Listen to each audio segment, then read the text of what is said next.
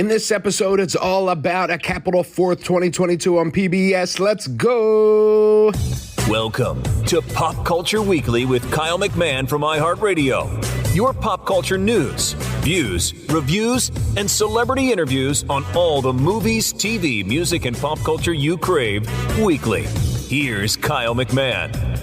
Hello and welcome to Pop Culture Weekly with Kyle McMahon. I, of course, am Kyle McMahon, and this episode is all about the annual PBS Capitol 4th concert 2022 live in Washington, D.C. I am here at the West Lawn of the U.S. Capitol, and it is an amazing show. It is rehearsals. I'm here for rehearsals for the 4th of July show, which will be tomorrow in podcast time. In real time, it'll probably be the day that or after that you're listening. So in any event, today we have got a whole awesome lineup of guests, including Jake Owen, country superstar, Mickey Guyton, love her, Andy Grammer, Broadway legend Cheetah Rivera, Loren Allred, Emily Bear. I mean, it is an awesome show, and I can't wait to get you started listening. So let's get right into it. Of course, PBS's A Capitol 4th airs on PBS July 4th, 8 p.m. Check your local listings, but generally 8 p.m. And then on demand for the following 2 weeks after that. You can watch it on Facebook or YouTube or the website. Just go to the PBS website, click on Capitol 4th, and you can watch it there as well for the 2 weeks following July 4th. So, first up, we have viral superstar and extremely talented musician. And, she wrote the unofficial Bridgerton musical. So she, knows a thing or two about music. Let's go in to our interview with Emily Bear.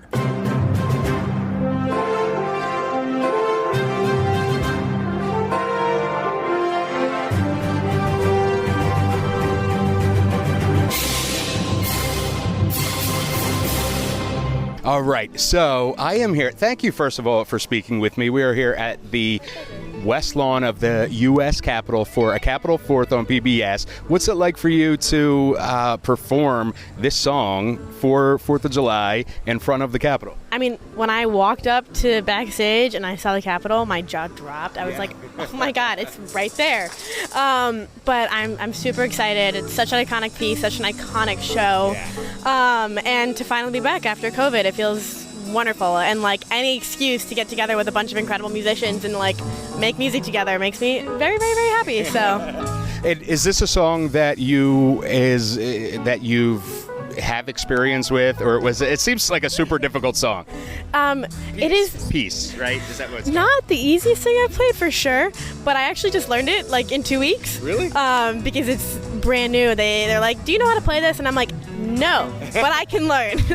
And so I've just been practicing my little heart out because I don't really play or perform classical music anymore. I was classically trained and I studied at Juilliard and everything, but I'm a composer mainly. So like I write music for TV and film and musical theater, and so it was really fun to sort of like just bring out the classical chops for this. I love that. And for TikTok, you have like just blown up, obviously. Like, what did you sit down and you were like, I'm going to blow up on TikTok, or were you just like, oh, I'm just going to do this video and like any other social? I mean, I don't think either of us expected the response from what we were writing at all, because like TikTok is so hit or miss. Like you could throw a million things in the wall and they could get nowhere, and then that one thing will stick. No, but seriously, like it happens to everyone too. That one thing just hit a nerve, and we just kind of kept going with it because we were having so much fun and there was nothing else to do, and it was COVID, and it was like we were just excited to be able to wake up and be excited again. And actually, little plug, we're coming and playing that entire album with the full National Symphony Orchestra on July 26th at the Kennedy Center. In D.C. At the Kennedy Center. That's so in awesome. 3 weeks. 3 weeks. Awesome. I'm so excited. I was going to say, is this the first time you're performing it live at a venue? This is the first time we're performing it, entirely live, and B, with an orchestra. Like, the music is extremely orchestral and very cinematic, but it's all like fake instruments that I programmed in my studio because we just did it for fun and had no idea it was going to go anywhere. And so I've been dreaming of hearing it with like people singing the music besides us, and then an entire orchestra playing it. So I'm so excited. And the NSO is incredible, and the Kennedy Center is like a dream venue, and so it's just, I'm so geeked. So geeked. Awesome. Well, you can see our friend right here, July 4th, PBS at Capitol Fourth, and then 2 weeks following on demand. Yes, this iconic stage where she is incredible. I was listening to her rehearsal, and she's just as good as she is everywhere else you've seen her. So thank you so much for hanging out with me. And your show, where can they get tickets? On the Kennedy Center website. I think it's also on the NSO website. And then easy, you can just go to me or Abigail's Instagram, and it's in our bio. Awesome. Cool. Thank you. She's so cool. She's so humble, and I'm so glad that she's just been rising. All right, next up, I love The Greatest Showman, and this person is the voice of Never Enough. She is extremely talented. She's been working with David Foster, the legendary producer and songwriter, and she has a brand new single coming out. So we're going to talk about all that. It's the one and only Loren Allred. What's up? First of all, thank you so much for speaking with me. I really appreciate it. Of course. So tell me, I got to start with Never Enough, which is an absolutely incredible song. How did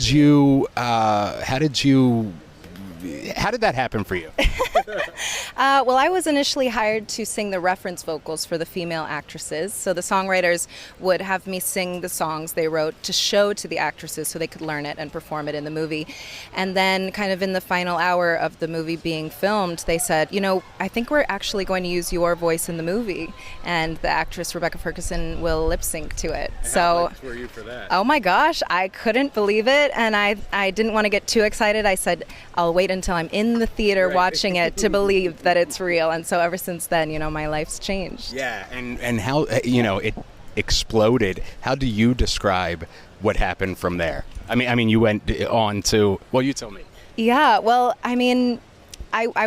I was working in studios doing demo work, but I was also a barista. So when the movie came out, I started getting emails from social media. Yeah, I had to quit my job as a barista. Sometimes I miss making latte art, but I this is a little bit better.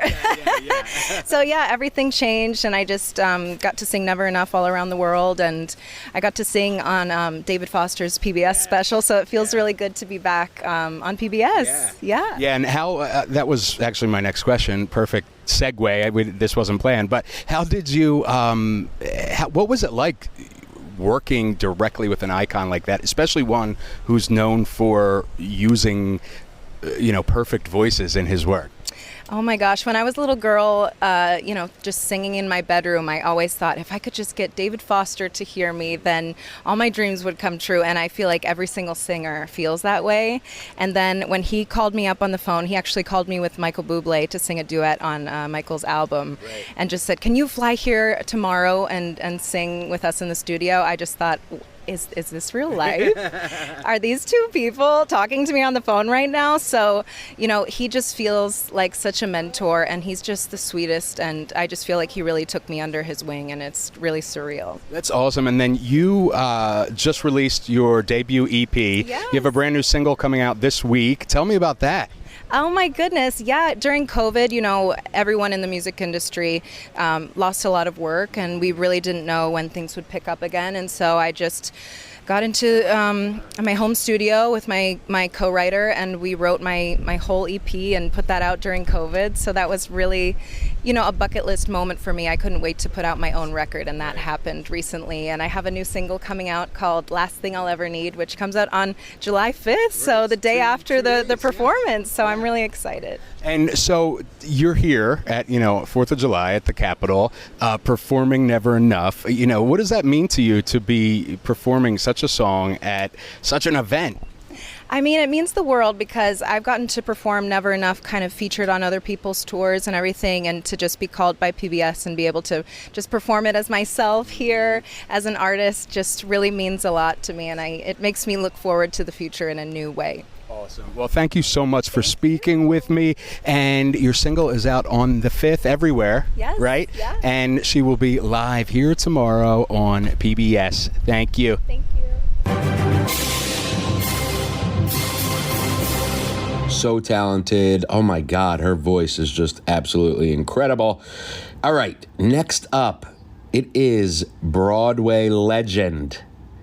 Silver Screen legend. I mean, she originated Velma in Chicago.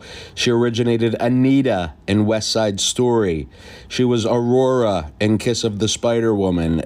Sweet Charity. I mean, she is just a icon, a legend. Let's get into my interview with Chita Rivera. I am here with the legendary Chita Rivera. I thank Getting you. older by the minute. Aren't we all, though? But you are an icon and a legend, and I have to ask, what has made that so? You know, was it hard luck and determination? Like, what was it? What has made me last as long as I have is determination and luck. Luck. And you have to be ready. You have to be there. You have to be in shape. You just have to be ready when somebody says, do you want to audition for something? Or you'd be the perfect person for a role. You have to be ready to do it. And so I was ready. You know, I've been ready. You were born ready. Yeah, I was born ready. And for you, you know, doing something like introducing West Side Story, which is the 65th anniversary, just had the film last year from Warner Brothers. What does that mean to you here on, you know, in DC, doing something like that for a project that you originated 65 years ago? Well, you just said it. I mean, just to hear you say it. And it makes you quiet, you know. It makes you sure of, in the best sense of the word, sure of yourself. You know, pardon me, that you have a place. You know that you have done something that's important. And the example is the longevity of it, you know. So to see other people do my role, I just said it. Right. Yeah. I don't have to say it. You know. I just know it. I just know it. I love that. And so you know, have achieved everything that there is to achieve in a career like Broadway and hit all of those heights in film, the stage, the screen. What does success mean to Chita Rivera? Longevity. I don't know. A success. To be able to be proud of what you've done, and to be an example for young people. That's the most important thing. To be a good example for young people. I can do this, so can you. You know. I love that. Yeah, I love that. It's a good image. It's a good image. Yeah, that's and that's something that we can all achieve, whether it's at, you Absolutely. know, whether it's on a giant movie musical, Absolutely. or if it's, you know, at helping, you know, as a therapist or whatever. Absolutely. It doesn't matter if you're in the business, show business or not, as long as you dedicate yourself to whatever it is that you want to do. You know, and you're a good example. Yeah. You have to be a good example. I love that. Cheetah, thank you so much. You are, as I said, a legend. Needs no introduction. Thank you very much.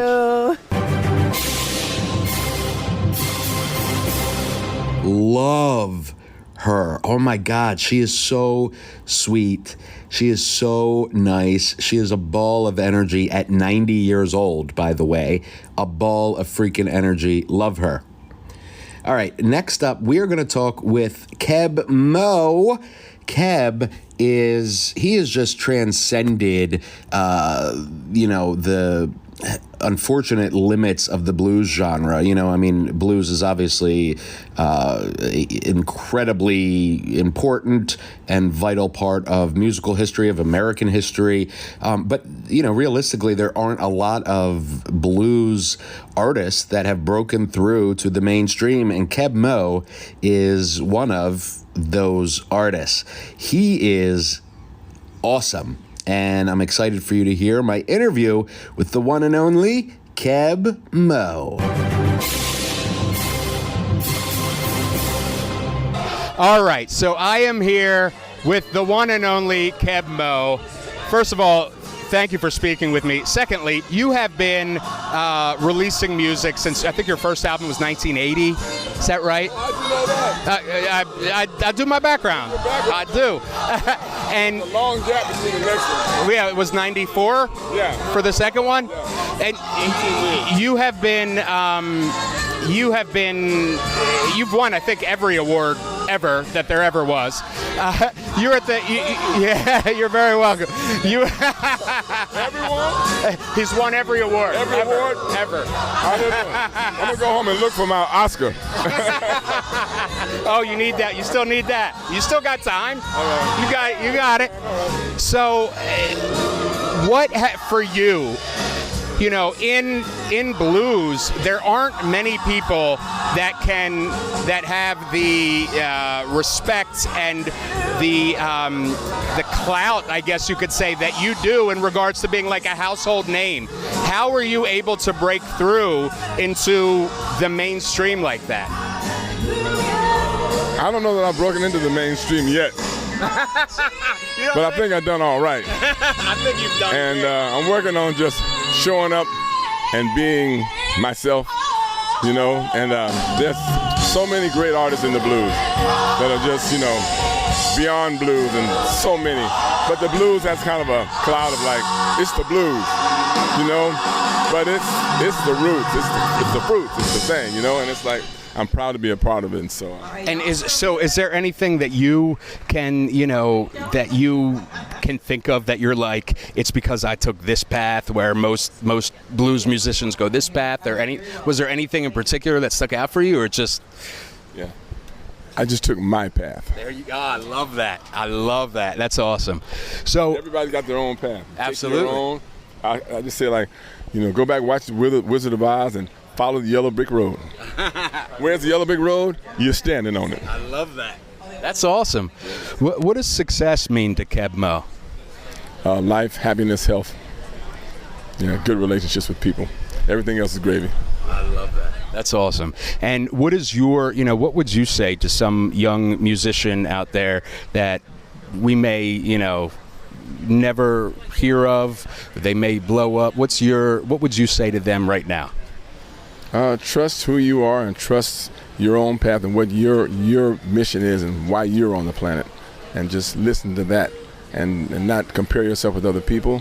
You know, if you don't make it to the top, there's always a top you can make it to, because there's a lot of room at the top. So just be consistent, stay focused, stay in it, and just don't get out of line. When I say out of line, you stand in the line for you, like you're waiting for your number, you get in line. And if you get out of line, you got to go to the back of the line. Yeah. That's awesome. And finally, what's next for you? What can we look forward to next? I'm going to be out on tour supporting Sheryl Crow for the next 3 weeks or so. Awesome. Yeah, it's going to be awesome. We're looking forward to that, and that's going to be great. We're going to be in a town near you. Yeah, awesome. Yeah. Cool. And we can get all the tour dates on your website. Yes, you can. All right, cool. Thank you for speaking with Kyle McMahon, Pop Culture Weekly on iHeartRadio. I appreciate it. The one and only Keb Mo. Right here. Household name. Yes. Just look at the dish in the kitchen. Your dishes, put your dishes. My name is on a lot of stuff in the house. So we can expect like a Walmart Keb Mo dishware line. Yeah, something like that. Are we good? Yeah.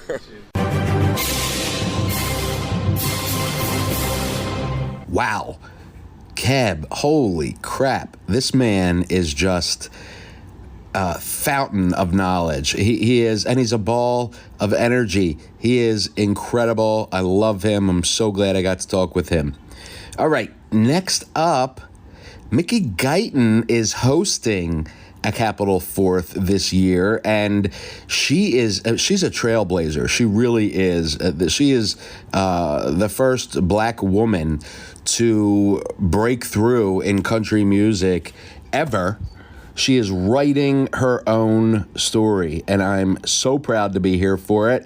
So let's get into my conversation with the one and only Mickey Guyton.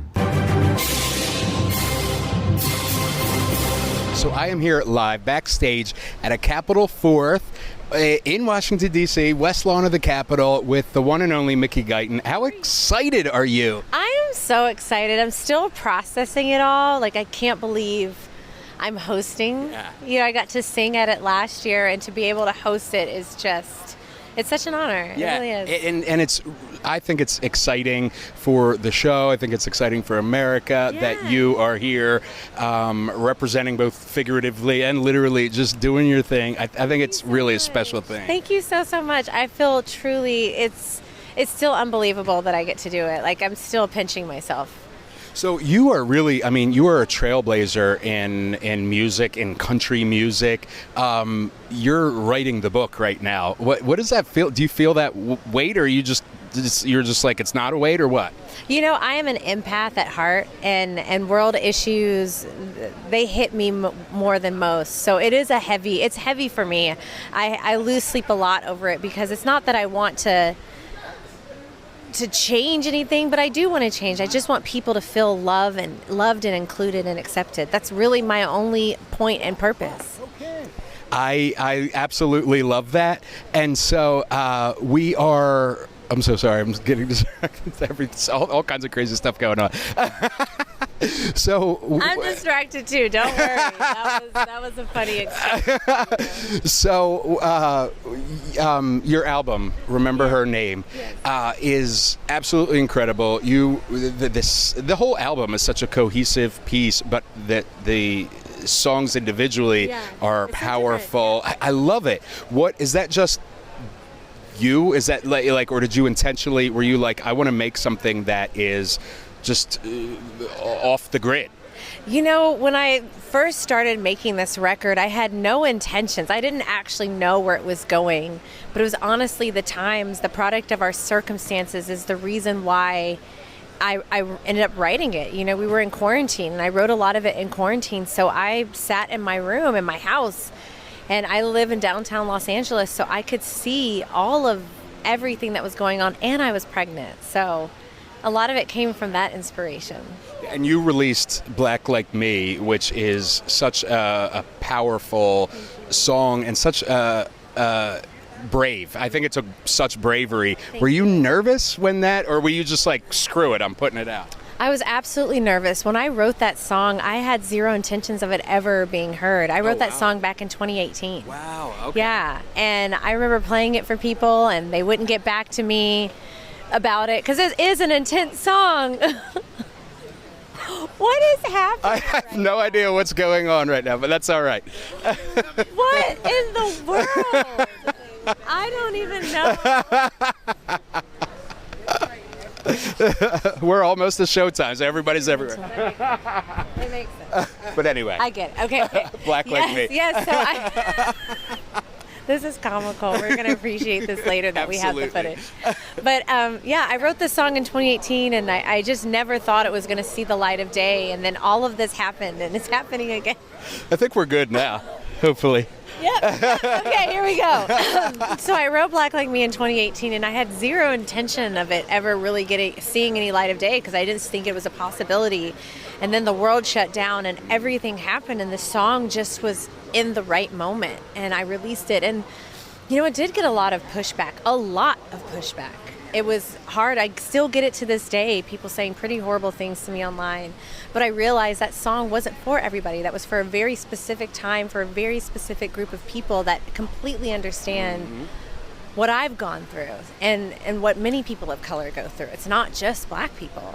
And there's so many people are marginalized. But anyway, it's been beautiful, and I'm just so grateful for the song. Awesome. And I think we are as well. Last question. You are performing, besides hosting, you're performing All-American. Yes.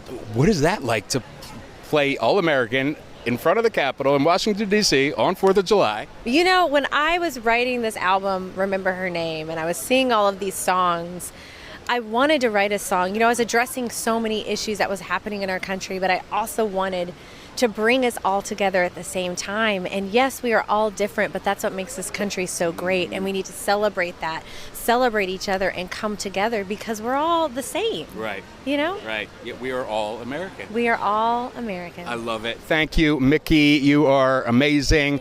I'm excited for you. So excited. Yeah, this is so awesome. iHeartRadio, Kyle McMahon, Mickey Guyton. Peace.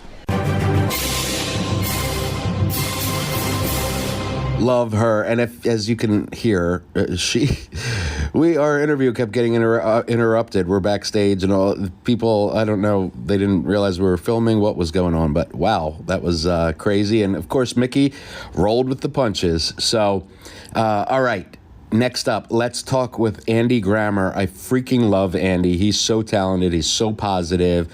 He, as well, lost his mother, very prematurely in the last few years, and we really bonded about that. So, and he's performing 2 songs on a Capitol 4th. I'm so hyped for you to see his performances. He's going to kill it like he's been doing in rehearsals. So here it is, the one and only Andy Grammer. Kyle McMahon here with iHeartRadio, and I am here with Andy Grammer. You're getting ready to perform. I'm getting ready. How you doing? I'm doing well. How are you? Man, life is good. This is beautiful out here. Oh, it really is.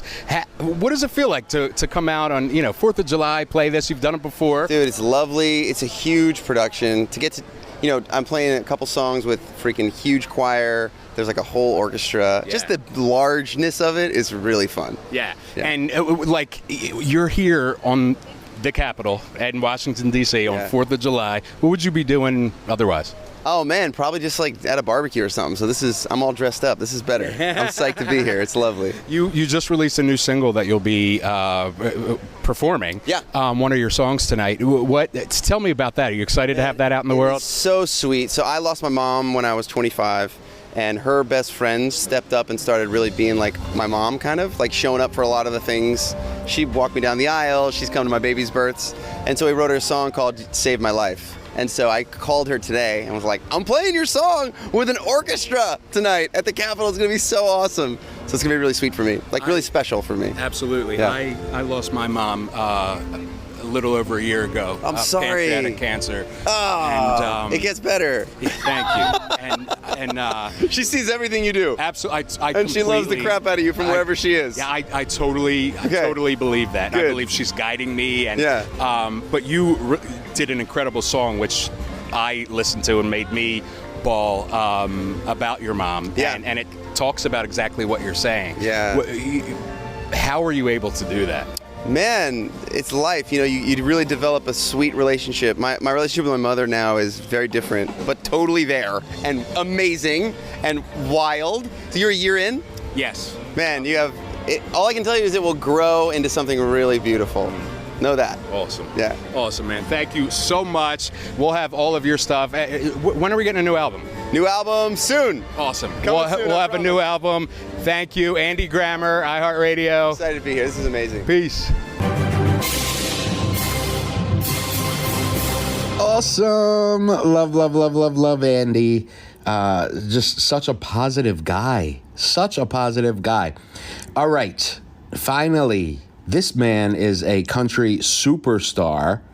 He has recently sold out the stadium in Philly, in my area, for his upcoming concert this summer. This man, oh my God, I just love him. Here he is, Jake Owen. All right, so I am here with the one and only Jake Owen, iHeartRadio. You are here performing at the Capitol on 4th of July. Your family's here. You're performing these awesome songs. What's that like for you? Well, it'll definitely be a memory that I will never, ever forget, and something I'll cherish forever, because my dad's 71 years old, cancer survivor. He's never been to D.C. before.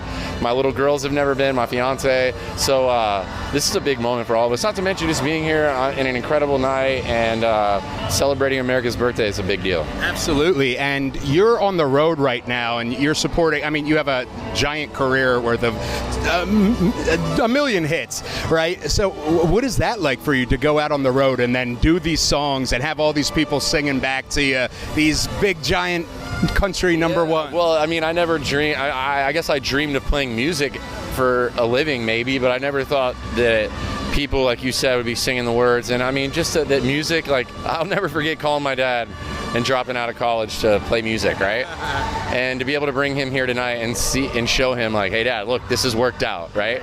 And we got to tour the Capitol, and we stood there and looked at the beautiful Capitol, and we're here in D.C. together. And to think that music has done this for me in my life, and people out there that are singing along have helped bring this life to me, is a big deal. So I appreciate everyone, and this is awesome. That is awesome. And finally, what does 4th of July mean to you? Oh, more than time I have right now to tell you. But my grandfather is a service member. He fought for this country and our freedoms, and just like all the men and women that are doing that right now, people that we've lost, for the freedoms that we have. Most importantly, everyone fought for this country because of the beauty that we have and our freedoms, our independence, and we're celebrating the birthday of this place tonight, and I'm excited, man. This is cool to be here, and I appreciate you guys taking the time to chat with me. Thank you. I appreciate you, and we are out. Jake Owen. Awesome guy, great performer, incredible songbook. And he, too, is performing 2 songs for 2022's A Capitol 4th on PBS. That's our show for today. We're fully stacked with interviews, and I'm hyped for you to see A Capitol 4th airing on PBS July 4th at 8 p.m. for most markets. Check your local listings.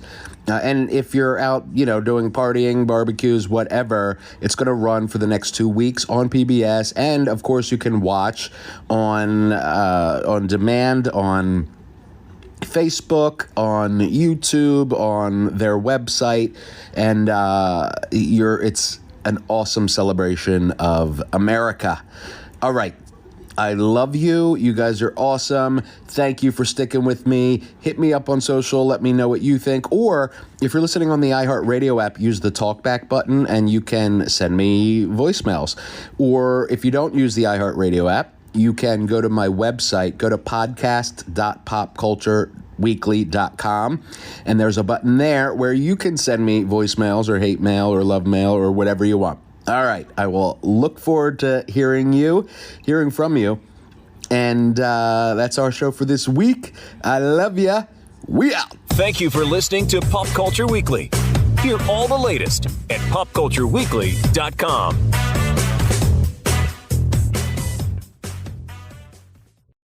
Oh, say, can you see?